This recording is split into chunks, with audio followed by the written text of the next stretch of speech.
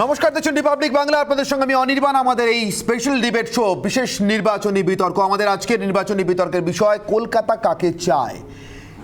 ষষ্ঠ দফা নির্বাচন আমরা পেরিয়ে এসেছি, 8 দফার ভোট। সপ্তম দফা নির্বাচনের ঠিক আগে প্রাক মুহূর্তে আমরা এই শো করছি, তার কারণ আমরাও বুঝতে চাইছি যে কলকাতায় এসে বারবার এখনো পর্যন্ত ঠিক কলকাতার দ্বার প্রান্তে এসে বলা যেতে পারে আটকে গিয়েছে বিজেপির রথের চাকা। সেই কলকাতায় কি এবার বিজেপির রথ গড়াবে, বিজেপির রথের চাকা গড়াবে? কলকাতায় কি বিজেপি খাতা খুলতে পারবে? নিশ্চিতভাবে গত লোকসভা নির্বাচনে কলকাতাতে বিজেপি উত্তর এবং দক্ষিণ এই দুটি লোকসভা কেন্দ্র মিলিয়েই বেশ কয়েকটি বিধানসভা কেন্দ্রে এগিয়েছিল, কিন্তু লোকসভা নির্বাচনের ফল তো আর বিধানসভায় হুবহু ফলো করা যায় না, কপিও হয় না। ভবানীপুর বিধানসভায় এগিয়ে থাকা বিজেপি সত্যিই কি এবার বিধানসভা নির্বাচনে ভবানীপুর জিততে পারবে? দাবি করতে পারবে যে মমতা বন্দ্যোপাধ্যায়ের ছেড়ে যাওয়া আসনে তারা জিতলেন? শুধু তো ভবানীপুর নয়, চ্যালেঞ্জ রয়েছে আরও অন্যত্র। কলকাতার এই 11টি নির্বাচনী আসন তো রয়েছে, বিধানসভা আসন তো রয়েছে কলকাতার আশেপাশে শহরতলিতে যে আসনগুলি ছড়িয়ে রয়েছে, যার বেশ কিছুতে ইতিমধ্যেই ভোট হয়ে গিয়েছে। সেই আসনগুলির ক্ষেত্রে এক কথায় কলকাতার বাঙালি অবাঙালি মিলিয়ে বহু ভাষা বহু সংস্কৃতির কলকাতার মন কি পাবে বিজেপি? কলকাতা সেই মনের কথা খোঁজবার তাগিদেই, খোঁজবার জন্যই আমাদের আজকের এই স্পেশাল ডিবেট শো কলকাতা কাকে চায়। আমার সঙ্গে যে উপস্থিত অতিথিরা রয়েছেন তাদের সঙ্গে আপনাদের পরিচয় করাবো, কিন্তু তারও আগে পরিচয় করাবো আমার সঙ্গে রয়েছেন আমার আরেক সহকর্মী স্বর্ণালী। আমি এবং স্বর্ণালী আজ দুজনে এই স্পেশাল ডিবেট শো করবো। স্বর্ণালী, অতিথিদের সঙ্গে আপনাদের পরিচয় করে দিই একে একে। আমার সঙ্গে রয়েছেন অর্থনীতিবিদ সুমন মুখোপাধ্যায়, আমার সঙ্গে রয়েছেন অধ্যাপক পার্থপ্রতিম বিশ্বাস, আমার সঙ্গে রয়েছেন ইতিমধ্যেই অনিন্দ্যপুলক বন্দ্যোপাধ্যায়, আমার সঙ্গে রয়েছেন রাহুল রায়, শিল্পপতি রাহুল রায়,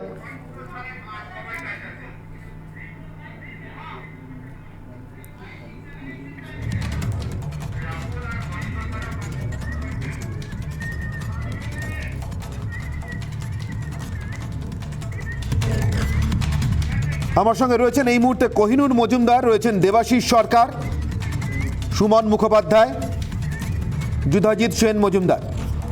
প্রত্যেকের সঙ্গে কথা বলবো। আমি একেবারে প্রথমে কোহিনুর বাবুর কাছেই যাই।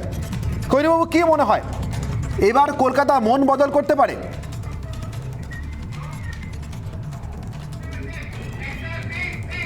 হয়েছে, আমায় কি শোনা যাচ্ছে? একদম স্পষ্ট কোহিনুর বাবু, বলুন। তবে থেকেই দল তৈরি হয়েছে তৃণমূল কংগ্রেস। দক্ষিণ কলকাতায় তো আমরা কোনোবারই হারিনি।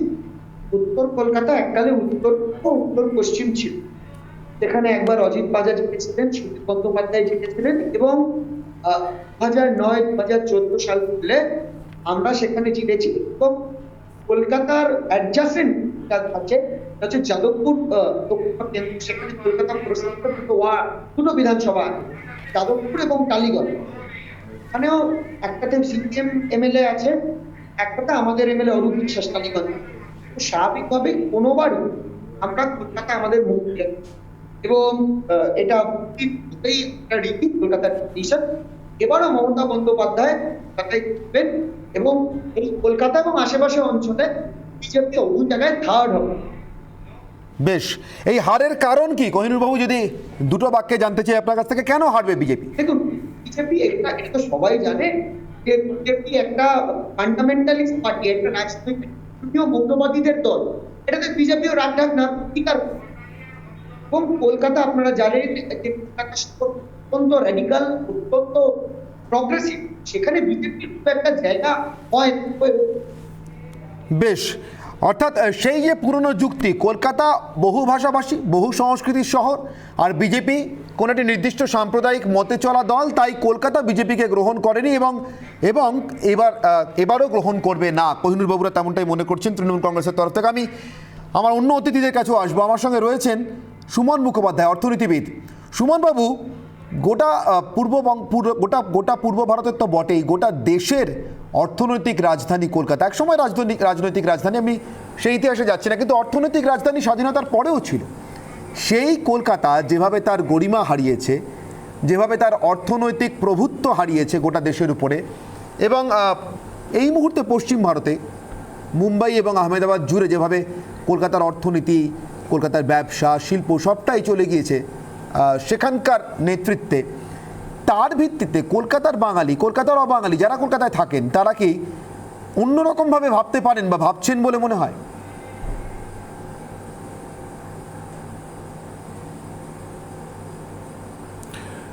অন্যরকমভাবে তো নিশ্চয়ই ভাবছে, না ভাবলে যে পার্টি অ্যাসেম্বলিতে আছে সেই পার্টির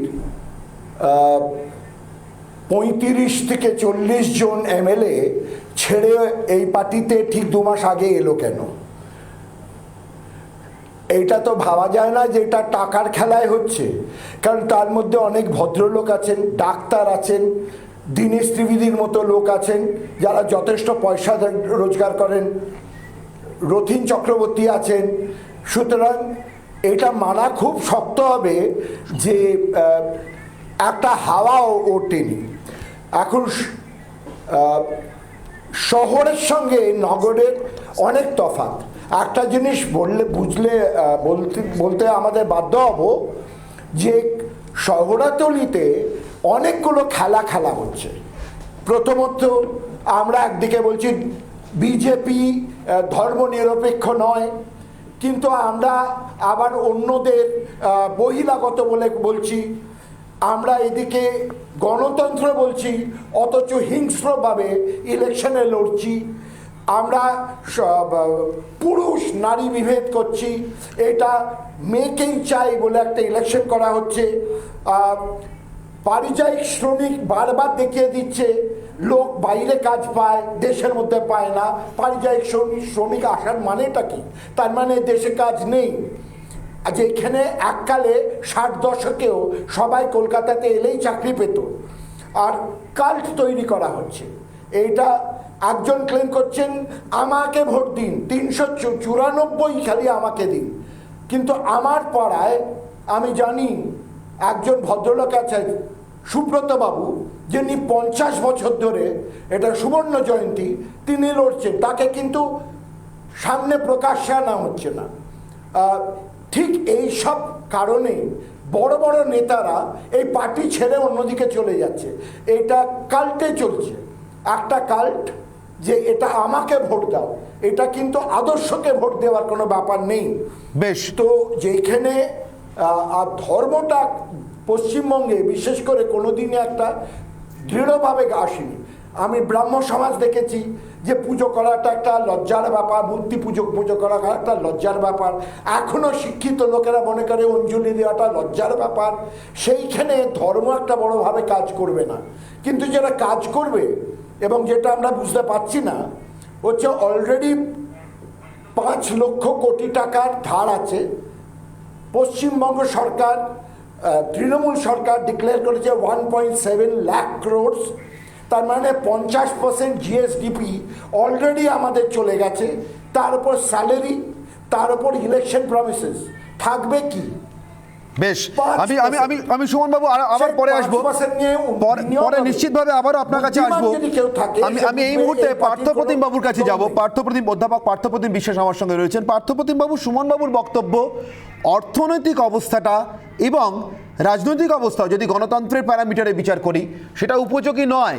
সেক্ষেত্রে মানুষ ধর্ম, সম্প্রদায় ইত্যাদি বা বিজেপির ক্ষেত্রে যে একটা ছুতমার্গ কলকাতাবাসীর মধ্যে কাজ করেছে এতদিন পর্যন্ত, সেটা সেভাবে দেখবেন না, সেটাকে সেভাবে বিবেচনা করবেন না যতটা তার বাস্তবিক আর্থিক পরিস্থিতি বা অবস্থাকে বিচার করবেন। আপনি একমত পার্থপ্রতিম বাবু? অনির্বাণ, আসলে কি হয়, ভোটের সময় মানুষ, আমাদের কলকাতা শহরের যে কোটিখানেক নাগরিক আছেন, তারা আগামী ভোটে কি করবেন এটা বুঝতে গেলে আমি একটা সহজ উদাহরণ দিই। যে রাজনীতিতে যে জিনিসটা প্রথমে আসবে সেটা হচ্ছে এই শহরের মহানাগরিকরা কেমন ছিলেন। যে যদি বলেন যে গত 10 বছরে আমি 2 জন মহানাগরিকের নাম করছি, একজন শোভন চট্টোপাধ্যায়, একজন হচ্ছে ফিরহাদ হাকিম। আমি বলছি মানুষ সম্ভবত ভোটে এটাই দেখতে চান যে আসলে ভোটে জেতার পর আমি এমন কোনো জনপ্রতিনিধিকে দেখতে চাই না যারা তোয়ালে মুড়ে টাকা নিচ্ছেন বা নেওয়ায় সাহায্য করছেন। ফলে এখানে ইন্টারেস্টিং পার্ট হচ্ছে যে এর মধ্যে শোভনবাবু গেছেন বিজেপিতে এবং অভি হাকিম রয়ে গেছেন তৃণমূলে। ফলে আমার কথা হচ্ছে যে যদি ভ্যালু বেসড পলিটিক্সের এই অবস্থা হয় যে যারা টাকা নিচ্ছেন পর্দায় দেখা যাচ্ছে তারা হচ্ছে এই 2 দল, তাহলে মানুষ তারা নিশ্চয়ই এর বাইরের একটা বিকল্প নিশ্চয়ই ভাববেন, সেই বিকল্পটা একটা তৃতীয় বিকল্প। এবার আমি আপনার কাছে আসি যে সুমন বাবুর কথায়। এটা তো ঠিক যে কলকাতা শহর লন্ডন হয়নি 10 বছরও, আমরা যা শুনেছিলাম, কিন্তু যেটা আমি আমার পেশাগত অভিজ্ঞতা থেকে বলতে পারি, ধরুন আমি প্রায় 28 বছর ইঞ্জিনিয়ারিং কলেজে পড়াচ্ছি যাদবপুরে, ফলে এখানে আমি এই ঘটনা কখনো দেখিনি যে যা গত 5 বছরে ঘটছে, যে রাজ্যের 38,000 আসনের ইঞ্জিনিয়ারিং এর মধ্যে অর্ধেক খালি থেকে যাচ্ছে, কলেজ বন্ধ হয়ে যাচ্ছে, এবং তার একটা বড় কারণ হচ্ছে যে রাজ্যে ইঞ্জিনিয়ারিং পড়েও হচ্ছে চাকরি নেই। তাহলে এই সত্যটা কেন? যে যদি দেখেন এখানে সিপিএম, তৃণমূল কংগ্রেস, বিজেপি বাদ দিন, অভিভাবক এবং ছাত্রছাত্রীরা বুঝতে পারছে যে রাজ্যে শিল্প নেই, কাজ নেই, অতএব ইঞ্জিনিয়ারিং করলে কাজের যে সুযোগ, একটা ডিসেন্ট সুযোগ আজ থেকে 10, 15, 20 বছর আগেও ছিল, সেটাও নেই। তাহলে এই যে শিল্পায়ন হচ্ছে না রাজ্যে, তার একটা বড় কারণ রাজ্য সরকারের ভূমিকা। এমনকি আমি বলছি তোলাবাজি সিন্ডিকেট কোন জায়গায় গেছে, যে আপনি ভবানীপুরে স্বয়ং সাংসদের বাড়ি, কৃষ্ণা বসু থাকেন তার জীবদ্দশায়, সুগত বসু থাকতেন, তার বাড়ি রিপেয়ার হচ্ছে, সেখানে গিয়ে হাত পেতে টাকা চাইছেন এবং বলছেন যে বোসবাবুকে বলবেন আমাদের সাথে দেখা করতে। আমি বলছি এটা যদি একটা সিম্বলিক সিচুয়েশন হয় রাজ্যের ল অ্যান্ড অর্ডারে, তাহলে এ রাজ্যে কোনোদিন শিল্প আসবে না এই ধরনের গভর্নেন্স থাকলে।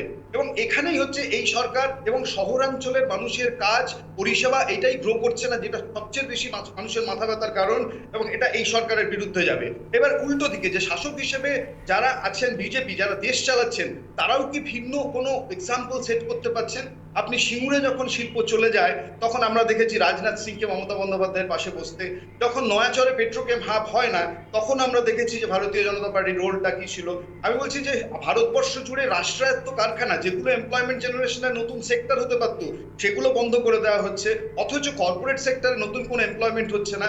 আপনি যদি দেখেন যে রাজারহাটে বামফ্রন্ট চলে যাওয়ার পর যে সেখানে আইটি সেক্টর কত গ্রো করেছে, সেখানে শ্যাম পিত্রদার কমিটি হয়েছিল, আমি বলছি যে টিসিএস এর প্রধান নারায়ণ মূর্তিকে এনে কমিটি হয়েছিল, আদৌ গ্রো করেছে? উত্তর নো। তাহলে এই যে একটা শহরের মানুষ যারা থাকেন শহরে আসেন কেন?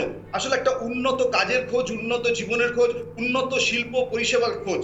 এবং সেখানে দাঁড়িয়ে যখন দেখছেন যে গোটা রাজ্য জুড়ে এরকম একটা পরিস্থিতি এবং একটা শহরের মানুষ, তখন আর নতুন কি বিকল্প খুঁজবেন অন্তত এই যে দুই শাসক যারা প্রতিশ্রুতির বন্যা দিচ্ছেন, কেউ বলছেন ফিউচার সিটি বানাবেন, কেউ বলেছিলেন লন্ডন বানাবেন, এর বাইরের একটা যে বিকল্প থাকবে সেই বিকল্পকেই সাধারণভাবে মানুষ খুঁজে নেওয়ার চেষ্টা করবেন, এবং যে বিকল্প বিশ্বাসযোগ্য। আপাতত ক্লিয়ার পার্থপ্রতিম বাবু, আপনার মত। কিন্তু আমার একটা প্রশ্ন থেকে গেল, আমি সেই প্রশ্ন নিয়ে নিশ্চিতভাবে আপনার কাছেও পরে আসবো। যে বিকল্প 34 বছরে রাজ্যের হাল হকিকত সেভাবে বদলাতে পারেনি, সেই বিকল্পে 10 বছরের ব্যবধানে মানুষের কি আস্থা ফিরবে?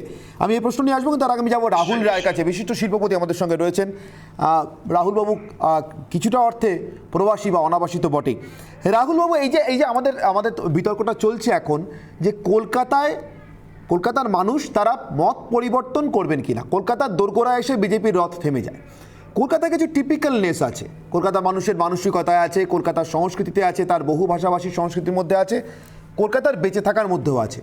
কোথাও কি আপনার মনে হয়, একটু দূর থেকেই হয়তো দেখছেন আপনি, অনেক সময় দূর থেকে ঠিকঠাক দেখা যায়, খুব কাছে এলে লেখা পড়তে অসুবিধা হয়, দূর থেকে দেখে দেওয়াল লিখন কি মনে হচ্ছে কলকাতায় বদলাতে পারে এবার কিছু?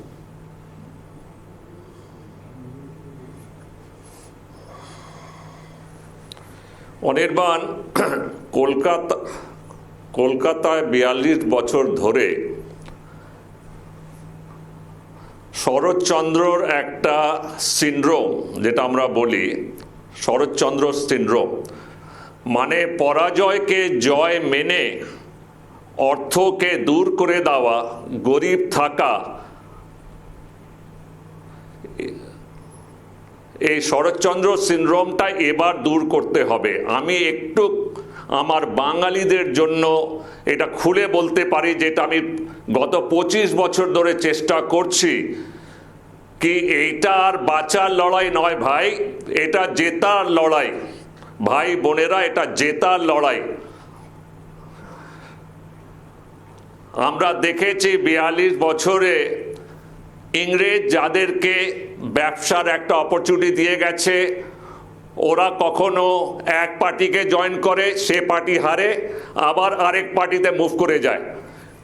কিন্তু বাঙালির উন্নয়ন এখন অবধি দেখিনি কি বাণিজ্যতে, অর্থতে বাঙালিকে কোনো গভর্নমেন্ট এখানকার সাহায্য করে এগিয়ে তুলেছে।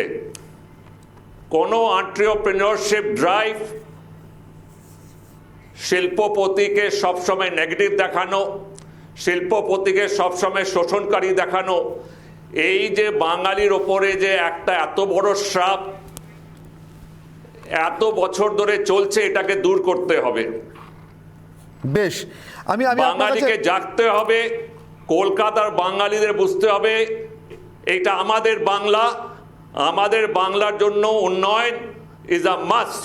আমি- আমি- আমাদেরকে আমি আপনার কাছে বাংলার আসবো রাহুল বাবু। অর্থর কন্ডিশনকে অনেক দূরে নিয়ে যেতে হবে। নিশ্চিতভাবে রাহুল বাবু আপনার কাছে আসবো, একটু দেবাশিস সরকারের কাছে যাই। দেবাশিস বাবু অর্থনীতিবিদ আমাদের সঙ্গে রয়েছেন। দেবাশিস বাবু, এই আমার যেন ক্রমশ মনে হচ্ছে আমি আসলে দুটো মত শুনছি। একটা ন্যারেটিভ, সেটা হচ্ছে যে ওই যে কলকাতার মানুষের যে ছুতমার্গটার কথা বলছিলাম, আমি ছুতমার্গ শব্দটা ভেবে চিন্তেই ব্যবহার করছি, যে বিজেপিকে ছুলে সম্ভবত জাত যায়। বিজেপি ঠিক আমাদের মতো নয়, বিজেপি ঠিক আমাদের নয়।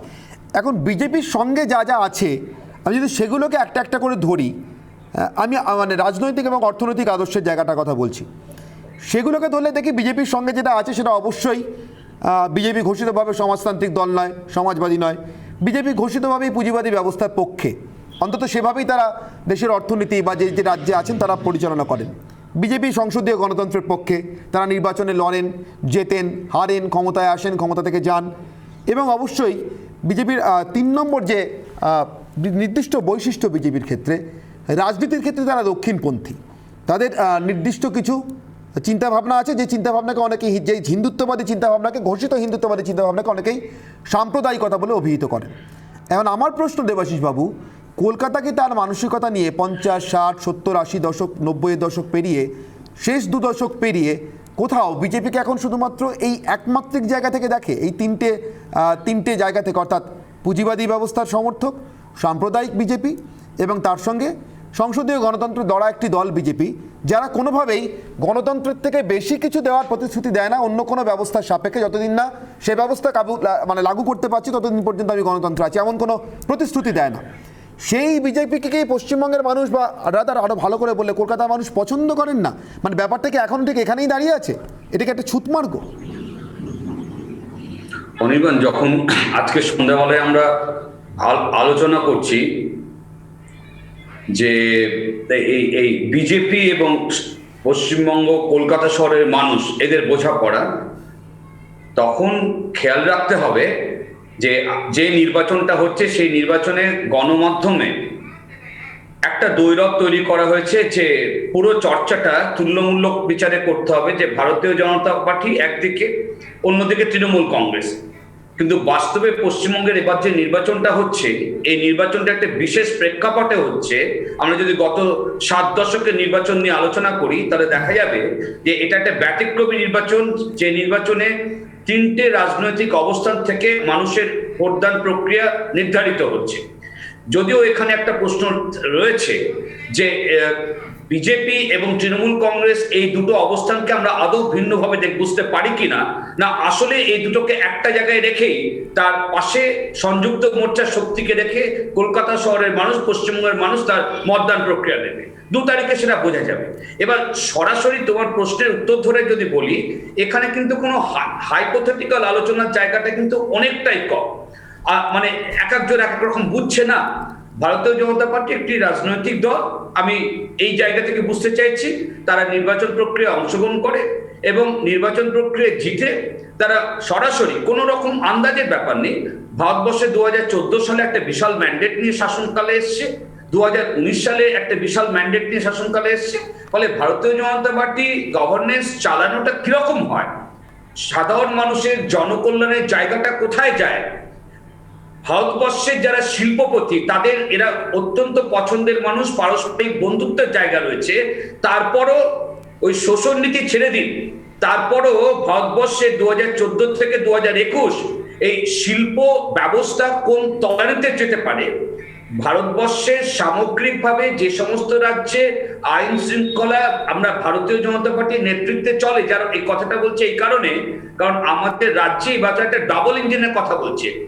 আমাদের খেয়াল রাখতে হবে, কিন্তু আমাদের ভারতবর্ষে কিন্তু একটা সোনার উত্তরপ্রদেশ চলছে, যে সোনার উত্তরপ্রদেশে সারা ভারতবর্ষের মধ্যে এই মুহূর্তে এই কোভিড দ্বিতীয় ফেজ এই সময়কালে একমাত্র রাজ্য যার স্বাস্থ্য ব্যবস্থা, শহরের লোক তো নিশ্চয়ই এটা মাথায় রাখবে যে তার স্বাস্থ্য ব্যবস্থা সোনার উত্তরপ্রদেশে ডাবল ইঞ্জিন থাকাকালীন অবস্থায় কোথায় রয়েছে, যেখানে সৎকার করবার জন্য দুর্ভাগ্যজনক যারা মারা যাচ্ছে তাদের সৎকার করবার জন্য রাস্তায় এসে ক্রিমেশনের প্রসেস চলছে। এটা কিন্তু সোনার উত্তরপ্রদেশের ছাড়া। দেবাশিস বাবু, আপনার কথা থেকে অনেকটা ক্লিয়ার, আপনি এটাকে এই জায়গাটা খেয়াল রাখতে হবে যে এই জায়গাটা কিন্তু চিন্তার জায়গা, একটা মাথায় ধর্ম দিয়ে গভর্নেন্সের জায়গা দিয়ে। দেবাশিস বাবু, আপনার বক্তব্য ক্লিয়ার আমার কাছে। আপনি এটাকে কখনোই আরেকটা বিকল্প হিসেবে, অর্থাৎ বিজেপিকে একটা বিকল্প হিসেবে দেখছেন না বর্তমান ব্যবস্থার পরিপ্রেক্ষিতে, অর্থাৎ গভর্নেন্স এটা ঠিক এক্স্যাক্টলি, অর্থাৎ ওয়ান সিঙ্গেল লাইন, প্লিজ এক লাইন ব্রেকে যাব। কংগ্রেসের গত 10 বছরের শাসনকালে যেরকম আমরা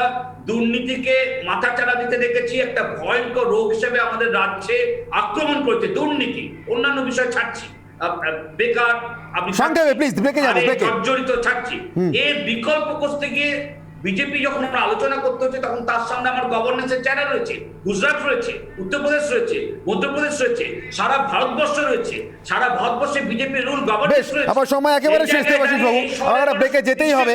বিজেপি পশ্চিমবঙ্গে এবং বিশেষ করে কলকাতার ক্ষেত্রে অন্তত দেবাশিস বাবুর কাছে কোনো বিকল্প মনে হচ্ছে না, পার্থপ্রতিম বাবুর কাছেও নয়, কিন্তু বাকি বক্তারা কি মনে করছেন তাদের কাছেও আসবো। তাদের সঙ্গে কথা বলা বাকি রয়েছে, যুধাজিৎ বাবুর সঙ্গে কথা বলা বাকি রয়েছে, আমার কথা বলা বাকি রয়েছে অনিন্দ্য পুলক বাবুর সঙ্গে, আমার সঙ্গে রয়েছেন আমার সহকর্মী স্বর্ণালীকে নিয়ে ফিরে আসছে একটা ছোট্ট বিরতির পর আমাদের এই স্পেশাল ডিবেট শো কলকাতা কাকে চায়।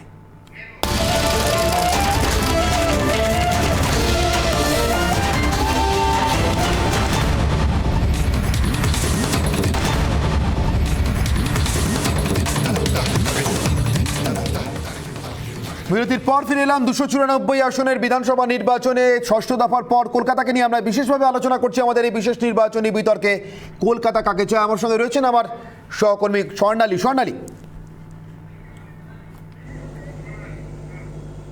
একদম অনির্বাণ, আমি এতক্ষণ ধরে শুনছিলাম আলোচনা এবং কলকাতার মন বুঝতে আমরা এই আলোচনা করছি আজকে এই বিশেষ আলোচনা। এবং এখানে আমি শুরুতেই যেরকম বলছিলাম যে কলকাতা মানে তো অনেক রং, অনেক ভাষা, অনেক স্বাদ, অনেক গন্ধ, এবং সেখানে দাঁড়িয়ে কলকাতার মধ্যে কোথাও এতদিন পর্যন্ত আমরা দেখেছি, আমরা পালাবদল দেখেছি, পরিবর্তন দেখেছি, বিশেষত কলেজ পাড়া থেকে শুরু করে মানে শিক্ষা প্রতিষ্ঠান থেকে শুরু করে সেখানেও রং বদল দেখেছি আমরা।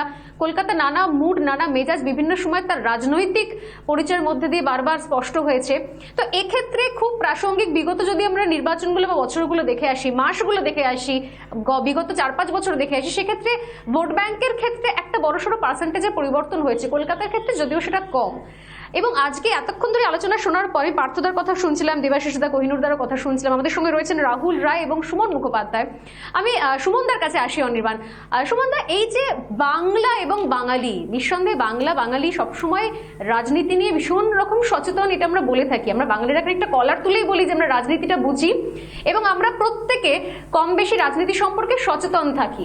কিন্তু আরো একটা প্রশ্ন আমি করবো আজকে কলকাতার মন বোঝার জন্য বা কলকাতার বাঙালির মন বোঝার জন্য, কোথাও কি মনে হয় যে এই যে একটা পরিবর্তনের সম্ভাবনা তৈরি হচ্ছে, বা পরিবর্তন হোক বা প্রত্যাবর্তন হোক, যেটাই হোক সেটা আমরা এখন থেকে প্রেডিক্ট করার সময় আসেনি, কিন্তু এই ক্ষেত্রে দাঁড়িয়ে, এই সময়ে দাঁড়িয়ে এই যে একটা বাকি রাজ্যতেও একটা গেরুয়া ঝড় দেখছি আমরা বিগত কয়েক বছরে, এবং এখানেও কলকাতাতেও কম বেশি আমরা দেখেছি সেই মুভমেন্টগুলো অনেক বেশি প্রকট হয়েছে। আমার একটা সহজ প্রশ্ন সুমনদা আপনার কাছে, এই যে বিজেপির যদি আমরা একটা জায়গা দেখি যে দেশাত্মবাদ বা জাতীয়তাবাদ, আমার বক্তব্য বাঙালি এতদিন বাঙালিকে আমরা দেখছি স্বাধীনতা সংগ্রামের সময় রক্ত ঝরাতে, সেই বাঙালির মধ্যে কি দেশ সচেতনতা কোথাও একটু কম, নাকি এতদিন ধরে সেই সচেতনতা সামনে আসেনি, কোনটা মনে হয় সুমনদা?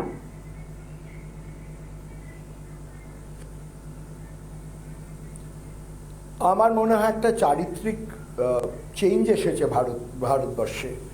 যখন আমরা যদি স্বাধীনতার আগে যাই, বাঙালি কিন্তু ইংরেজদের, ব্রিটিশদের শ্রদ্ধা করত, কারণ তারাই শিল্প আনত, তারাই রোজগার দিত, তারাই আমাদের দেশ চালিয়েছে, এবং কলকাতা তখন ভারতের রাজধানী।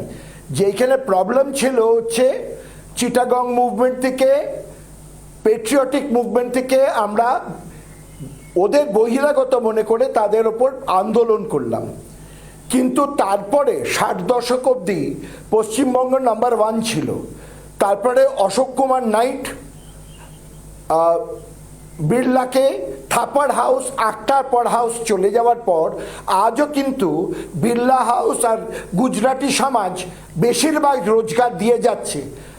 নতুন একটা আখ্যা দিচ্ছি আমরা, তারা বহিরাগত, কিন্তু তাদের কাছেই আমরা খাই, তাদের হাতেই খাই, আর তারা ভারতীয়।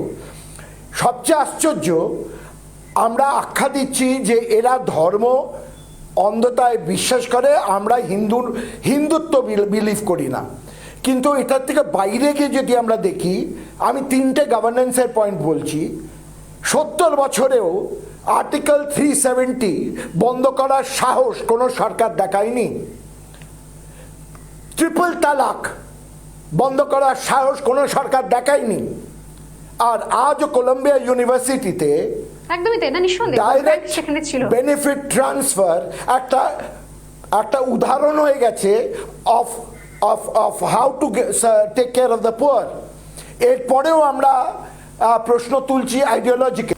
না না, এটা তো রাজনীতির আচরণ, রাজনীতির সৌজন্য নিয়ে এটা আমরা বাংলার আসবো, সংস্কৃতি নিঃসন্দেহে নেই। কলকাতা বাংলা নিয়ে কথা বলছি যখন সেগুলো আসবো, কিন্তু পাশাপাশি তিনটে বিষয় বাংলা সংস্কৃতি গালাগালি আসে না, খুব প্রাসঙ্গিক গণতন্ত্রে সোশ্যাল বোঝা মিডিয়া যাবে। এখন, কিন্তু বাংলার সংস্কৃতি আসলে কোনটা, কারা বহিরাগত, মানে বাংলায় থেকে বাঙালি, আমরা কি বাঙালিরা কি শুধুমাত্র বাংলা এবং রাজ্য নিয়ে, মানে দেশ কনসেপ্ট কি বাঙালির মধ্যে তাহলে নেই? যেটা আমি শুরুতেই প্রশ্ন করলাম, কেন বহিরাগত কনসেপ্ট আসছে, কেন এই মানে বাংলা এই রাজনৈতিক সৌজন্য শিষ্টাচার থেকে আমরা এত দূরে সরে আসছি? বাঙালি সংস্কৃতি কোনটা? আমি যুদ্ধজিৎ আমাদের সঙ্গে রয়েছেন, যুদ্ধজিৎদের কাছে যাবো একবার। যুদ্ধজিৎ, কি মনে হয় যে বাঙালির মধ্যে, বাঙালি শুধুমাত্র বাংলা নিয়ে ভাবে, বাঙালি দেশ নিয়ে ভাবে না, বাঙালির মধ্যে দেশবোধ, দেশাত্মবোধক যে ভাবনা চিন্তা, জাতীয়তাবাদী, সেটা বিষয়টা কি বাঙালির মধ্যে নেই? মানে এবং একই সঙ্গে এই যে বহিরাগত কনসেপ্টটা এই মুহূর্তে একদম কোথাও ভাইরাল করে দেওয়া হচ্ছে, বহিরাগত কনসেপ্ট এখানে থেকে অন্যান্য রাজ্য থেকে যদি নেতা মন্ত্রীরা আসছেন, এবং ঘটনাচক্রে আমাদের এই রাজ্যের অনেক নেতা মন্ত্রীও কিন্তু দিল্লিতে সাংসদ হয়েছেন, মন্ত্রিত্ব সামলেছেন, মুখ্যমন্ত্রী সামলেছেন, তখন কিন্তু তিনি সেখানে কিন্তু সে বহিরাগত কনসেপ্ট থাকে না। সেক্ষেত্রে এই জায়গাগুলোতে কোথাও কি মনে হচ্ছে বাঙালি কোথাও একটা আটকে যাচ্ছে, নাকি যেটা আসলে দেখানো হচ্ছে সেটা নয়, মানে বাঙালি বিন্দুমাত্র আটকে নিয়ে ভেতরে কোথাও? যুদ্ধজিৎ দা,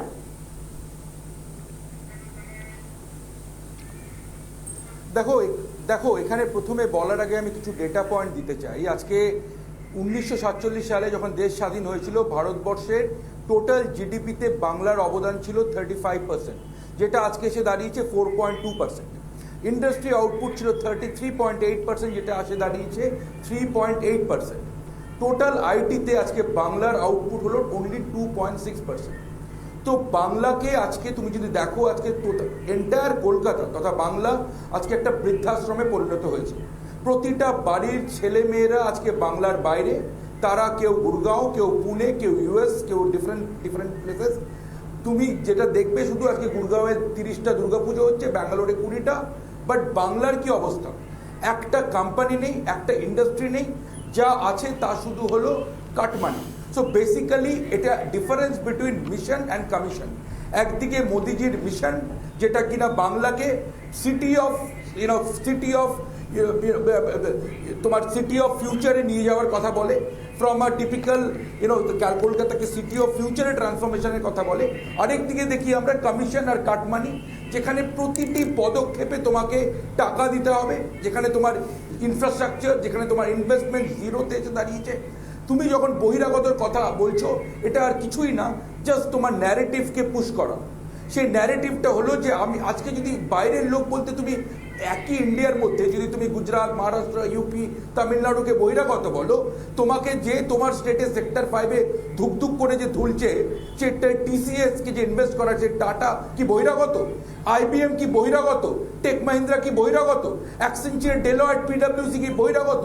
তোমার কাছে কিছু নেই। তোমার ছেলে মেয়েরা আজকে বাংলা ছেড়ে বাইরে, তাদের বৃদ্ধ মা বাবার, আজকে আমরা দেখছি কোভিড পরিস্থিতিতে আমার কত বন্ধু বান্ধব, আমি নিজে নরেন্দ্রপুর রামকৃষ্ণের ছাত্র, আমি পড়াশোনা করে, আমাদের so many of our friends আজকে পৃথিবীতে বিভিন্ন জায়গায় ছড়িয়ে আছে বা বাংলার বাইরে, আজকে তারা চিন্তিত, তাদের বাবা মা।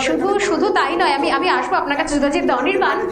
অনির্বাণ, শুধু তাই নয়, আমার মনে হয় যে পরিযায়ী শ্রমিকরা যারা দূর দূরান্ত থেকে লকডাউনের মধ্যে যারা পায়ে হেঁটে এসেছেন, দেশে রাজ্যে ফিরেছেন, তাদেরও কি আমরা বহিরাগত বলতে পারি না সেভাবেও, মানে বহিরাগত কনসেপ্টটা নিয়ে বোধহয় ভাবার সময় এসেছে।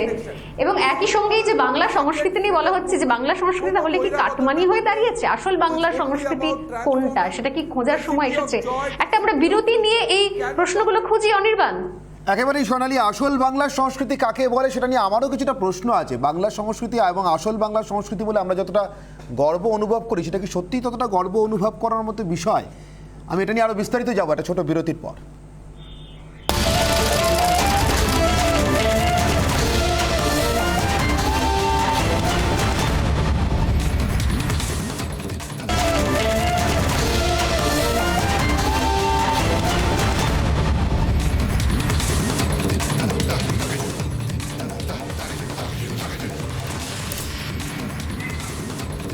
ঠিক বিরতিতে যাওয়ার আগে আসল বাঙালির সংস্কৃতি নিয়ে কথা হচ্ছিল। সোনালী, তুমি বলছিলে অনিন্দদা আমাদের সঙ্গে জয়েন করেছে, অনিন্দ পুলক বন্দ্যোপাধ্যায়। অনিন্দদা, আমার একটা জানার ইচ্ছা, সোনালী, আমার অনিন্দদার কাছ থেকে এটা প্রথম জানার ইচ্ছা আছে। অনিন্দদা, এই যে আসল বাঙালির সংস্কৃতি বলে আমরা যেটা বলি, এটা কি সত্যি খুব গর্ব করার মতো বিষয়? যেমন ধরো আমি তোমাকে একটা বাঙালির সংস্কৃতির নমুনা দেখাচ্ছি। ধরো আমি এই মুহূর্তে তোমাকে অভিযুক্ত করছি, অনিন্দদা তুমি ইউনিপোলার, তুমি ভারতীয় জনতা পার্টিকে সমর্থন করো, তুমি ইউনিপোলার।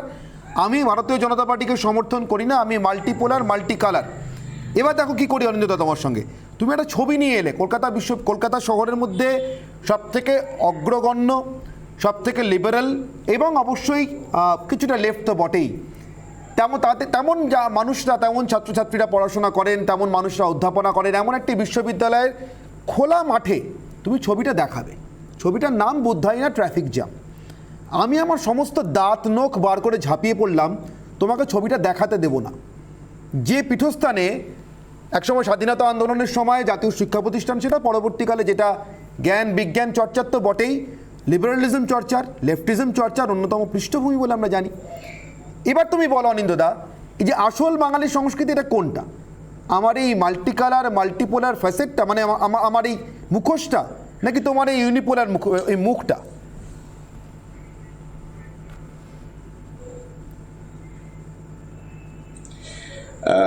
ভীষণ জটিল প্রশ্ন এবং সেটা নাটশেলে বলা খুব ডিফিকাল্ট। আমি একটু স্মরণ করিয়ে দিতে চাইছি 19th সেঞ্চুরিতে বাংলা ভাষার উপনিবেশায়ন নিয়ে, অর্থাৎ মাঝখান থেকে ধরলে হবে না। যখন ঊনবিংশ শতাব্দীতে রবীন্দ্রনাথ ঠাকুর বলেন যে এখনো পর্যন্ত বাংলা ভাষার একটা অভিধান, একটা ব্যাকরণ ভালো করে তৈরি হলো না, মাথায় রাখতে হবে তার আগে রামমোহন রায় কিন্তু একটা বাংলা ভাষার ব্যাকরণ লিখেছিলেন। অর্থাৎ আমি জাস্ট মনে করাতে চাই ভাষার সাথে সংস্কৃতির যোগাযোগটা এতটাই অবিচ্ছেদ্য। ভাষা হচ্ছে মানুষের যে সত্তা, তার সব থেকে নিকটতম যদি কিছু থাকে সেটা হচ্ছে বাংলা ভাষা, মানে যার যেটা ভাষা সেই ভাষা।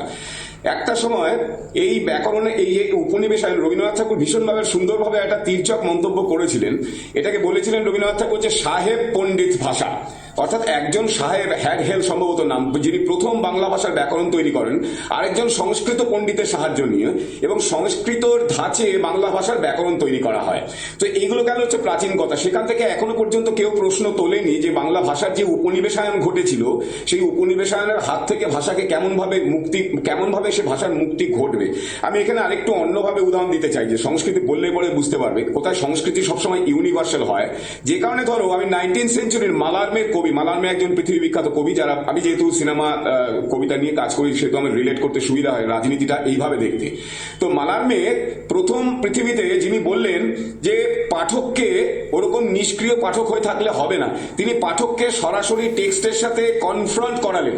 এই কনফ্রন্টেশনটা কি, যে মালারমে যে শব্দ ইউজ করছেন, মালারমে কবিতায় যে মেটাফর ইউজ করছেন, মালারমে যে ইমেজ ইউজ করছেন, সেই ইমেজের সাথে একটা কনফ্রন্টেশন হলো। অর্থাৎ তুমি তোমার একটা সিমিলি ইমেজ নাও, তুমি তোমার মতন করে একটা সিমিলি মেটাফর বেছে নাও, তুমি তোমার মতন একটা সিমিলি ইমেজ তৈরি করে নাও। অর্থাৎ এই যে পাঠ, এই পাঠ নিয়ে বাঙালি কখনো ভেবেছে নাকি? পাঠক ক্রিয়া হচ্ছে একটি রক্তাক্ত প্রক্রিয়া। অর্থাৎ পাঠক মানে যে লেখক, তিনি সবসময় চাইবেন তার স্টেট অফ মাইন্ডে পাঠককে নিয়ে আসতে, আর পাঠকের একটা নিজস্ব পারসেপশন আছে, সেই পারসেপশনের জায়গা থেকে সে সবসময় অত সহজে লেখকের পারসেপশনে ধরা দেবে না। লেখক চাইবে সবসময় তাকে একটা প্রশ্ন না করে পাচ্ছি না, সরি, ভীষণ ভালো বলছো অনিন্দদা, কিন্তু একটা প্রশ্ন না করে পাচ্ছি না, শুনতে ইচ্ছা করছে অনিন্দদা, কিন্তু তবু একটা প্রশ্ন না করে পাচ্ছি না। আমাদের বাংলার বা বিশেষ করে কলকাতার এই লেখক এবং পাঠকের ক্ষেত্রে মানে রাজনীতির দেওয়াল যারা লেখেন আর যারা সেটা পাঠ করেন, তাদের প্রক্রিয়াটাও কি এরকম রক্তাক্ত? আজকে তো দেখছি রাসবিহারীতেও গাড়ি ভাঙচুর হচ্ছে। এক্স্যাক্টলি আমি যেটা বলতে চাইছিলাম যে পাঠক্রিয়া একটা রক্তাক্ত প্রক্রিয়া, সেটা পাঠে থাকা উচিত ছিল, সেটা পাঠটা যেহেতু এত কমে গেছে বাংলা সংস্কৃতি থেকে, যে কারণে আজকে সেটা চলে এসেছে পাঠের বাইরে। বেশ। অর্থাৎ বিষয়টা কিচ্ছু না, খুব সহজ করে বললে আমাদের একটা চিন্তার সার্বভৌমত্ব আছে, যেটাকে আমরা ভাষা দিয়ে প্রকাশ করি। আমার এই জায়গাতে একটা প্রশ্ন রয়েছে অনির্বাণ, আজকে অনিন্দদার কথা শুনতে শুনতে আমার একটা প্রশ্নই উঠে আসছে মাথায়, যে এই যে প্রক্রিয়া যেটা বলছেন অনিন্দদা, একদিকে লেখক, একদিকে পাঠক, এবং তার সঙ্গে অনিন্দদা নিজে একজন শিল্পী।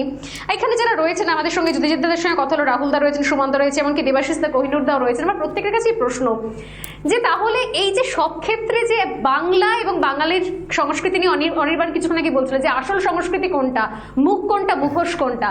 আমার প্রশ্ন হচ্ছে এই যে পাঠক লেখক এর মধ্যেও রাজনীতি, স্কুলের মধ্যেও রাজনীতি, কলেজেও রাজনীতি, প্রতি ক্ষেত্রে অভিনয় জগতে রাজনীতি, এই যে প্রতি জায়গায় ছোট্ট ছোট্ট জায়গায় রাজনীতি ঢুকে যাওয়া এবং সবকিছু দখল করে নেওয়ার যে প্রবণতা, এইটা কি আমাদের সংস্কৃতি? সোনালী, অত্যন্ত গুরুত্বপূর্ণ প্রশ্ন। আমার একটা বিরতির সময় আছে, বিরতির পর তোমার এই প্রশ্নটার সঙ্গে আমার নিজের একটা প্রশ্ন জুড়ে দিয়ে ফিরে আসবো। নিশ্চিতভাবে সেই প্রশ্নটা বিরতির পরে ফিরে এসেই করব।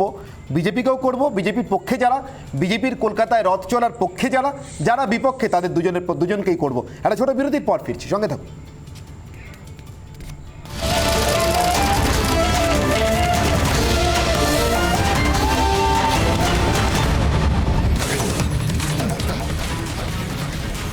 বিরতিতে যাওয়ার আগে স্বর্ণালী, তুমি যে প্রশ্নটা করছিলে আজকের বিতর্কের পরিপ্রেক্ষিতে।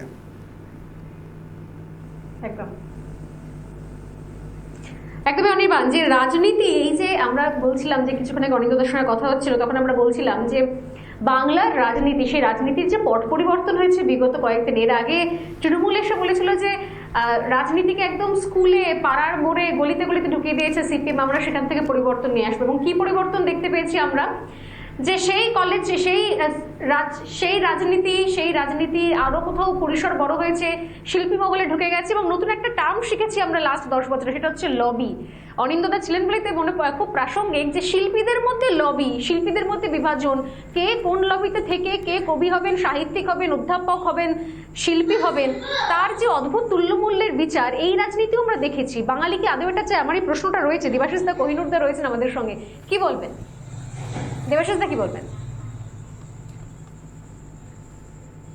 একেবারে সামনে উদাহরণ রেখে কথা বলতে হবে। আজকে আমাদের দেশের মাননীয় প্রধানমন্ত্রী তার বক্তব্য রেখেছেন, এইমাত্র তোমাদের এখানে দেখানো হচ্ছিল, তার যে শব্দগুলো উনি বলেছেন, যে কথাগুলো উনি বলেছেন, যে স্বপ্নগুলো উনি পশ্চিমবঙ্গের মানুষকে, কলকাতা শহরের মানুষকে দেখবার কথা বলছেন যে নারীদের সুরক্ষার কথা বলছেন, বেকারদের চাকরির কথা বলছেন। আমি এই দুটো তুলে নিচ্ছি। বিজেপি শাসিত, আমি ধর্ম জাতপাত আনছি না, বিজেপি শাসিত উত্তরপ্রদেশ, বিজেপি শাসিত উত্তরপ্রদেশ, গুজরাট, আপনি নারী সুরক্ষা উত্তরপ্রদেশ নিয়ে বলছেন, কিন্তু আমরা তো আলোচনা করছি কলকাতার মন নিয়ে। আমি কি আমার প্রশ্নটা বোঝাতে পারলাম না? ভীষণ আমি তো রাজনীতিকরণ নিয়ে বলছি, মানে বাঙালি কি এই রাজনীতি চেয়েছে? আমার কথাটা খুব পরিষ্কার। প্রধানমন্ত্রী এখনো কলকাতা রাজনীতি করতে মাননীয় প্রধানমন্ত্রীর থেকে বড় কোন ভারতীয় জনতা পার্টির নেতা এই মুহূর্তে ভারতবর্ষে নেই। তিনি আবার ভারতবর্ষের প্রধানমন্ত্রীও বটে। সেই দল পশ্চিমবঙ্গে যখন স্বপ্ন দেখানোর জন্য নির্বাচনী ভার্চুয়াল সভায় যে কথাগুলো বলছেন, তার উপর কিন্তু আমাদের প্যানেলে যারা রয়েছে কেউ বলতে পারবো না, ওটা সুপ্রিমো বলছেন।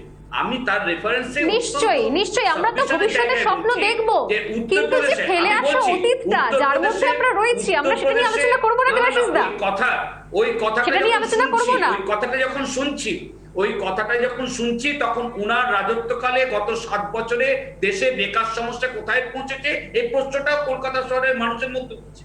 আমি যখন শুনছি উনি ডাবল ইঞ্জিনের সরকার, আপনার প্রশ্নের আগে আমার প্রশ্নটার উত্তর আমি পেলাম না এখনো পর্যন্ত। আমি এই প্রশ্ন নিয়ে কোহিনুরদার কাছে আসবো। হ্যাঁ অনির্বাণ, প্লিজ একটু কোহিনুরের কাছে যাই। আমি একটু কোহিনুরের কাছে যাই সোনালী, এই প্রশ্ন নিয়ে। বাম আমলের রাজনীতি, তৃণমূলের সময়ের রাজনীতি, এবং এই রাজনীতিতে যে লবি তৈরি হয়ে গেল সমস্ত জায়গায়, স্কুল কলেজের রাজনীতি আমরা দেখেছি বাম আমলে, এখন দেখতে পাচ্ছি আমরা শিল্পী মহলের রাজনীতি। কোন লবিতে থাকলে তবে কাজ হবে, কোন লবিতে না থাকলে কাজ হবে না, কে অধ্যাপক হবেন, কে কবি হবেন, কে সাহিত্যিক হবেন, কে সঙ্গীত শিল্পী হবেন, কে গান গাইবেন, সবটার মধ্যে রাজনীতি ঢুকে যাওয়া, এই রাজনীতি কি বাঙালি আদেও চায়? খুব স্পেসিফিক প্রশ্ন ছিল আমার।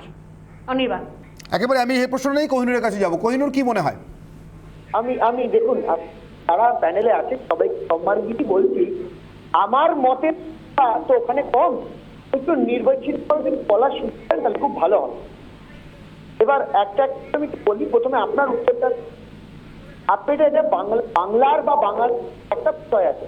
ধরুন আপনি বিহারে কত প্রচার করেও 50 থেকে 60% ভোট পড়ে, কিন্তু বাংলায় 80-85 তো ব্যাপার না, তাদের সবসময় বাঙালি সময় রাজনৈতিক সচেতন, এই জন্য তাদের রাজনীতি ভোট দিতে একটু বড়। আমার এখানে কয়েকটা জিনিস আছে। মাননীয় বললেন যে বিজেপি, মানে তার কথাটা পরোক্ষভাবে এরকম আমার কাছে, বিজেপি কে মানে না বলে কলকাতা শহরের লোকেরা বিরোধী। বিজেপি দাবি করে যে তারা রাষ্ট্রবাদী পার্টি, কিন্তু এখানে ন্যারেটিভ, যখনই বিজেপি ন্যারেটিভের কথা বলে তখনই সাভারকার বা মুখার্জিকে আইডল রেখে বলে।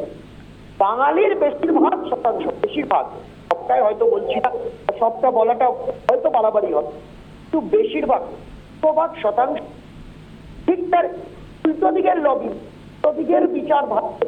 নেতাজি বোস বলুন, দাস বলুন, উল্টো ধাতের ধারায় বিশ্বাসী।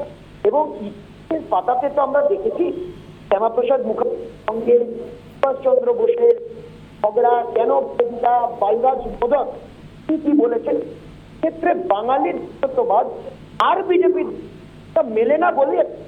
কোহিনুর, এখানে আমার প্রশ্ন, এই যে বহুত্ববাদের কথাটা বলা হচ্ছে না, এখানে আমার প্রশ্ন, আদৌ বাঙালি, কোহিনুর এখানে আমার প্রশ্ন, আদৌ কতটা বাঙালি বহুত্ববাদী? আমি পার্থপ্রতিম বাবুর কাছে যাবো। পার্থপ্রতিম বাবু, বাঙালির বহুত্ববাদ নিয়ে এত কথা হচ্ছে, পার্থপ্রতিম বাবু আমি খুব অনেস্টলি আপনাকে বলছি একটা কথা, খুব অনেস্টলি বলছি, আপনি বিশ্বাস করবেন কিনা জানি না, আপনার বিশ্বাসের বিষয়, কিন্তু আমার এবং স্বর্ণালীর ক্ষেত্রে বোধহয় জিনিসটা মেলে। আমরা একই জেনারেশনের, আমরা ছোট থেকে যতজন মার্শাল জুকোভের নাম শুনেছি, চে গেভারার নাম শুনেছি, ততজন কি একই রকমভাবে শ্যাম মানেকশ বা নেতাজি সুভাষচন্দ্র বসুর নাম শুনেছি? একই গৌরবের সঙ্গে শুনেছি? না অনির্বাণ, সেটা নিশ্চয়ই একটা জেনারেশন টু জেনারেশন এই পারসেপশন ভ্যারি করতে পারে। অনেক চ্যাপ্টারও ছিল না, যেটা এখনো অন্তত জানতে পারছি কর্মসূত্রে এসে। না সেটা তো আমি বললাম যে সে জানবেন, ভবিষ্যতে আরো বেশি কিছু জানবেন, সেটা নিয়ে আমার আপত্তি নেই। কিন্তু যেটা আলোচনার মধ্যে আসছে যে শহর কলকাতা নিয়ে অনির্বাণ খানিকটা কি বলবো, যে প্রসঙ্গটা উল্লেখ করলেন, যে আমি বলছি পলিটিক্স অফ ইনটলারেন্স, আমি বলছি যেটা আমাদের রাজ্যে এবং এই শহরে এই মাত্রায় ছিল না। অনির্বাণ উল্লেখ করছিলেন যে বিশ্ববিদ্যালয়ের কথা, যেখানে বুদ্ধাইনে ট্রাফিক জ্যাম বন্ধ করা হয়েছিল, আমি এগ্রি করি যে নিশ্চয়ই উচিত নয়, অনুচিত কাজ, কিন্তু এটাও খেয়াল রাখতে হবে যে বিশ্ববিদ্যালয়ের মধ্যেকার ক্যাম্পাসটা ঘরের মাঠ নয়, সেখানে যে কোনো প্রদর্শনীর আগে একটা অনুমতি লাগে, এত সত্ত্বেও বন্ধ করা ভুল। কিন্তু আমি একই সাথে যে ভুল আমি দেখতে পাচ্ছি সেটা তো ছাত্ররা করেছিল। আমি বলছি যে বিশ্ববিদ্যালয়ের কথা আপনি বললেন, যে যারা ভারতের স্বদেশী আন্দোলনের প্রেক্ষিতে তৈরি হওয়া, জাতীয়তাবাদ নিয়ে আমরা আলোচনা করছি, সেই বিশ্ববিদ্যালয়কে যদি আমাদের রাজ্যের শাসক বিজেপির নেতারা তারা যদি বলেন ওটা দেশদ্রোহীদের আখড়া, এবং একইভাবে আমাদের রাজ্যের শাসক দল তৃণমূলের নেতা নেত্রীরাও যখন বলেন মাওবাদীদের আখড়া, তখন কিন্তু একটা প্রশ্ন সত্যিই জাগে যে এরা লেখাপড়া সম্পর্কে কতটা খোঁজ রাখেন এবং জাতীয়তাবাদ সম্পর্কে কতটা খোঁজ রাখেন। আমি এই কারণের জন্য বলছি, খুব পার্টিনেন্ট প্রশ্ন অনির্বাণ, যে ফয়েজ আহমেদ ফয়েজের কবিতা আইআইটি কানপুরে বন্ধ করা যখন হয়, ওটা রাষ্ট্রীয় কারণেই হচ্ছে। আমি আবার ফিরে আসছি পশ্চিমবঙ্গে। আমি অ্যাপ্রিসিয়েট করছি যে মাননীয় প্রধানমন্ত্রী এবং মুখ্যমন্ত্রী যেভাবে রবীন্দ্রনাথকে বরণ করছেন এবারের ভোটে, চিত্ত যেথা ভয়শূন্য, উচ্চ যেথা শির, বারবার বলছে তাদের বক্তৃতায়। কিন্তু আপনি বিশ্বভারতীতে চলে যান, সেখানে উপাচার্য নিয়োগ যেভাবে হয়েছে, এবং অমর্ত্য সেন যিনি বাঙালির প্রতীক, বাঙালিত্বের প্রতীক, জাতীয়তাবাদের প্রতীক, তাকে দখলদার বলতে কেউ ছাড়ছেন না। আপনি অভিজিৎ বিনায়ক বন্দ্যোপাধ্যায় কলকাতার বাঙালি, নোবেল পাওয়ার পর এই উক্তি যদি শুনতে হয় বিজেপি নেতাদের মুখ থেকে যে ওরকম বিদেশি বউ থাকলে নোবেল প্রাইজ পাওয়া যায়, আমি কোন কালচারের কথা বলবো বলুন? বিদ্যাসাগরের মূর্তি আমি বললাম যে সেটাও ভাঙা হচ্ছে, তার কে ভাঙলো খুঁজে পাওয়া যাচ্ছে না অমিত শাহ প্রদর্শনীকে কেন্দ্র করে। কোন বাংলায় রয়েছে? একেবারে পার্থপ্রতিম বাবু, সোনালী, আমার মনে হয় পার্থপ্রতিম বাবুর দেওয়া কিউটা নিয়ে আমরা যেতে পারি। রাহুল দা, যুধাজিৎ দা হাত তুলছেন, যুধাজিৎ সেন মজুমদার, প্লিজ যুধাজিৎ দা, সোনালী। একদম একদম প্লিজ যুধাজিৎ বলুন। যেটা সবসময় যে আপনাকে যেটাকে বলা হয় যে সেকুলারিজম অফ কনভিনিয়েন্স, যে কোনো কিছুর মধ্যেই মাই ওয়ে আর হাইওয়ে, অনেক কিছু আমি শুনছিলাম যে অমর্ত্য সেনের কথা হলো, অনেক কিছু হলো, আমরা বাঙালি হিসেবে কি লজ্জিত নই যে আমরা যারা সেকুলারিজমের কথা বলি যে এই বাংলার মাটি থেকে তাসলিমা নাসরিনকে তাড়ানো হয়েছিল, তখন কোথায় গেছিল সেকুলারিজমের ধজ্জাধারীরা? কোথায় গেছিল সেই সেকুলারিজমের ধজ্জাধারীরা যখন বেহালার রেপ কেস হয়েছিল এবং সেই মহিলার চরিত্রের উপরে প্রশ্ন করা হয়েছিল? কোথায় যাচ্ছে আজকে যখন কোনায় কোনায় যখন প্রশ্ন উঠছে যে ভাই সেখানে সিকিউরিটির ইস্যু হচ্ছে, সেখানে আইসিস, সেখানে ডিফারেন্ট জিহাদি অর্গানাইজেশনের লোকজনকে ধরা পড়ছে, তখন সেই প্রশ্ন উঠলেই কথা হচ্ছে না আপনি ইসলামোফোবিক। কেন কেন এই হিপোক্রেসি, কেন এই ডাবল স্ট্যান্ডার্ড? আপনি ভারতের প্রধানমন্ত্রী যখন চাইছে বাংলাকে সিটি অফ জয়কে সিটি অফ ফিউচারে পরিণত করার, তখন কেন সেই সেম ন্যারেটিভ পুশ? খুব একটা ভালো কথা অনির্বাণ তুমি বলেছো, আমরা যেভাবে ছোটবেলা থেকে আমাদেরকে পড়ানো হয়েছে মার্কস আর লেনিন, কখনো কি স্বামীজির কথা বলা হয়েছে সেইভাবে? কেন সারা জীবন আমরা শুনে এলাম যে নেতাজিকে শোনা হলো তেজোর কুকুর বলা হলো? কেন সারা জীবন একটা বিদেশি শক্তির প্রতি আকর্ষণ, যেখানে তোমার নিজের বাংলা, তোমার নিজের ভারতীয় সংস্কৃতি এবং এত এত ভালো ভালো মহাপুরুষদের নাম সবসময় যেন একটা সেকেন্ড ফিডেল করে রাখা হলো? কারণ একটাই, কারণ তুমি চাও না যে ভারতীয়ত্ব, তোমার জাতীয়তাবাদী যে তোমার সত্তাটা উপরে উঠে আসুক। আর তার এগেনস্টে কি হবে? তসলিমার মতো মানুষেরা যারা প্রতিবাদী কণ্ঠ, তাদেরকে এই বাংলা ছাড়া করা হবে সেকুলারিজমের নামে। বাংলার মানুষ এটা বুঝে গেছে। কলকাতার মানুষ অনেক দেখেছে এই কাটমানির সরকার, কলকাতার মানুষ অনেক দেখেছে এই নোংরামি। তারা চায় গুড লাইফ, তারা চায় নতুন চাকরি, new investment, startup ecosystem, more of Amazons, Googles, Microsoft. এত ভালো ভালো ছেলেমেয়েরা আছে। We are the best on statistics, we are the best on maths, we are the best on innovation. এখন ইউএক্স এর যুগ, ডিজিটাইজেশনের যুগ। Calcutta should be the city. আর সেটা জাস্ট আটকে আছে কিছু মানুষের সেই অভিসন্ধির কারণে, কিছু মানুষের গুড ইন্টেনশনের কারণে। আমি আশা করি দ্বিতীয় মেয়ের পরে, সেকেন্ড মেয়ের পরে আমরা দেখব বাংলা আবার জগতে সবাই শ্রেষ্ঠ আসন হবে, কলকাতা হয়ে উঠবে। রাহুল রায়, আমরা রাহুল একদম রাহুলদার কাছে যাবো এই একই বিষয় নিয়ে। মানে আমি শুনছিলাম এতক্ষণ ধরে যে ইউনিভার্সিটির কালচার, বাংলার কালচার, শিক্ষার আদৌ কি বোঝে।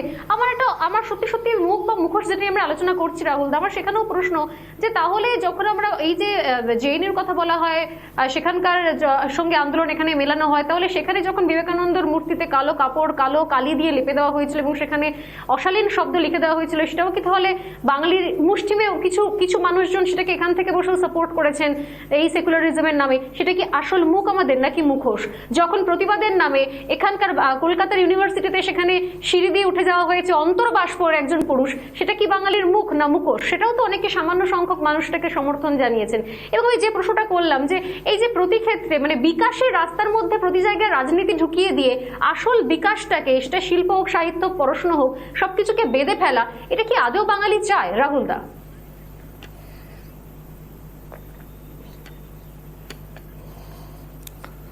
এই যে বললে আমরা রাজনীতিতে এত এক্সপার্ট, কিন্তু আমরা আমাদের অর্থনীতিটাই আমরা ভুলে গেছি।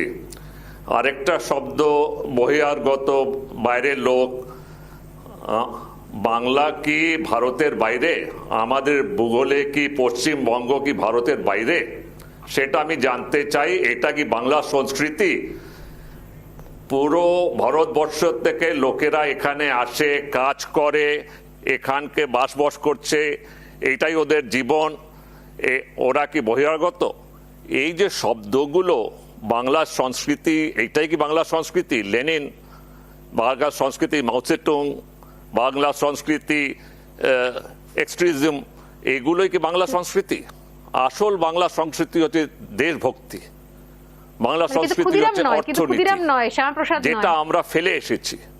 যেখানে বাঙালিরা, কলকাতার বাঙালিরা সব থেকে আগে ভারতবর্ষে ইন্ডাস্ট্রিয়ালিস্ট ছিল। ইন্ডাস্ট্রি এখান থেকে শুরু হয়। এখানকার ইন্ডাস্ট্রিয়ালিস্ট একটাও রয়ে যায়নি। এখানে প্রত্যেকটা বাঙালি, কলকাতার বাঙালি ছেলেমেয়েরা সব বিদেশে। কেন? মা বাবা জানলা দিয়ে তাকিয়ে আছে কবে ছেলে মেয়ে ফিরবে, অনেক টাকা পেয়ে গেছে, কিন্তু রাহুল বাবু, চাইছে রাহুল বাবু, ছেলে মেয়েরা এখানে ফেরত আসুক, রাহুল বাবু, আমি একটু ওদের থামিয়ে দেখাশোনা করুক। আমি একটু থামিয়ে এটা কবে আসবে? অনিন্দ্যতার কাছে যাচ্ছি। এটা কবে আসবে? একটু থামিয়ে অনিন্দ্যতার কাছে যাচ্ছি। অনিন্দ্যতা, আমার একটাই প্রশ্ন, এত শিল্পপ্রেমী চলচ্চিত্রপ্রেমী বাঙালি, আপনি চলচ্চিত্র জগতের সঙ্গে যুক্ত, আমার সেই কারণেই আপনার কাছে প্রশ্ন, ব্যাটলশিপ পোটেমকিন নিয়ে বাঙালির যে আগ্রহ এতদিন পর্যন্ত দেখেছি, আচ্ছা এতগুলো যুদ্ধ জয়, 65, 71, এমনকি কার্গিল, বাংলায় আমরা উড়ি নিয়ে সার্জিক্যাল স্ট্রাইক নিয়ে ছবি দেখেছি, এর আগেও আমরা ছবি দেখেছি 71-এর যুদ্ধ জয় নিয়ে দেখেছি, বর্ডারের কথা আমরা দেখেছি, বাংলায় একটাও ছবি যে যুদ্ধ জয়ের সঙ্গে বাঙালির গ্লোরি পর্যন্ত যুক্ত, কনাথ ভট্টাচার্য কার্গিলে প্রাণ দিয়েছেন, শঙ্কর রায়চৌধুরী তখন জেনারেল, একটাও ছবি বাংলায় যুদ্ধ নিয়ে হয়নি কেন? দেশের যুদ্ধ জয় নিয়ে স্বাধীনতা পরবর্তী সময় কি মনে হয়, কারণটা কি?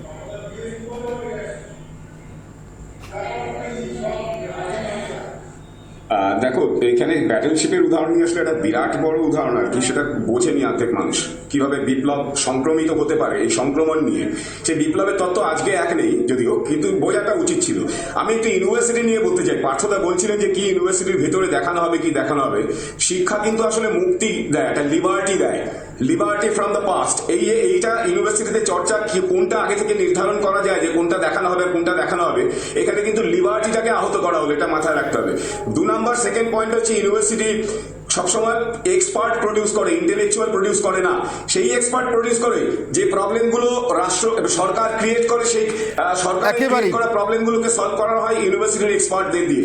ইন্টেলেকচুয়াল প্রডিউস করে না, কারণ ইন্টেলেকচুয়ালরা সবসময় সঠিক প্রশ্নটাকে মানে কোয়েশ্চেন করে যে সেটা সত্যিকারের কোয়েশ্চেন কিনা। আমাদের সময় আজকে একেবারে শেষ। অনিন্দ্যদা, আমাদের সঙ্গে যারা সময় দিলেন আজকে, অনিন্দ্যদা, সুমন বাবু, রাহুল রায়, যুগাজিৎ সেন মজুমদার, পার্থপ্রতিম বিশ্বাস, কোহিনূর এবং দেবাশিস সরকার, সকলের কাছে আমাদের বিদায় নিতে হচ্ছে, কারণ এই সময়টা, এই ডিবেটটা হয়তো আরো 1 ঘন্টা আমরা চালিয়ে যেতে পারি, আরো 8 ঘন্টা, কিন্তু এই ডিবেট আজকে আমাদেরকে শেষ করতে হচ্ছে। তার কারণ কলকাতা কাকে চায় তার উত্তর অবশ্যই ভোট বাক্সে বন্দী হবে। 2রা মে আমরা জানতে পাবো কাকে চাইলো কলকাতা। কিন্তু স্বর্ণালী, আমি শেষ করার আগে দুটো কথা বলে শেষ করবো। একটা থাকার গল্প, একটা না থাকার গল্প। শ্যামবাজারের 5 মাথার মোড়ে নেতাজি সুভাষচন্দ্র বসুর যে মূর্তিটা আছে, যেটা কলকাতার কাল্টের মধ্যে চলে আসে, কলকাতা বললেই যে যা যা যা আছে, সেই মূর্তিটা কিন্তু একজন মারাঠির তৈরি, যোগেশ নাগলেকারের। আর স্কটিশ চার্চ কলেজে সুভাষচন্দ্র বসু এবং স্বামী বিবেকানন্দ আজ পর্যন্ত কোনো মূর্তি নেই, কলকাতা বিশ্ববিদ্যালয় চত্বরেও নেই। এই থাকা আর না থাকা দুটো মিলিয়ে বাঙালি যা হয়েছে তা অবশ্যই থাক, যা হতে পারে সেটার দিকে এগিয়ে যাক, কলকাতার মন সেভাবেই এগিয়ে চলুক, আমরা অন্তত এইটুকু চাইতেই পারি। স্বর্ণালী, একদম। এবং এর সঙ্গে শেষ করছি আজকের এই আলোচনা। নিঃসন্দেহে আবার দেখা হবে এবং ভোটের খবরের দিকেও নজর থাকবে আমাদের। তবে আপাতত শেষ করছি এখানেই। খবরে থাকুন, দেখতে থাকুন রিপাবলিক বাংলা।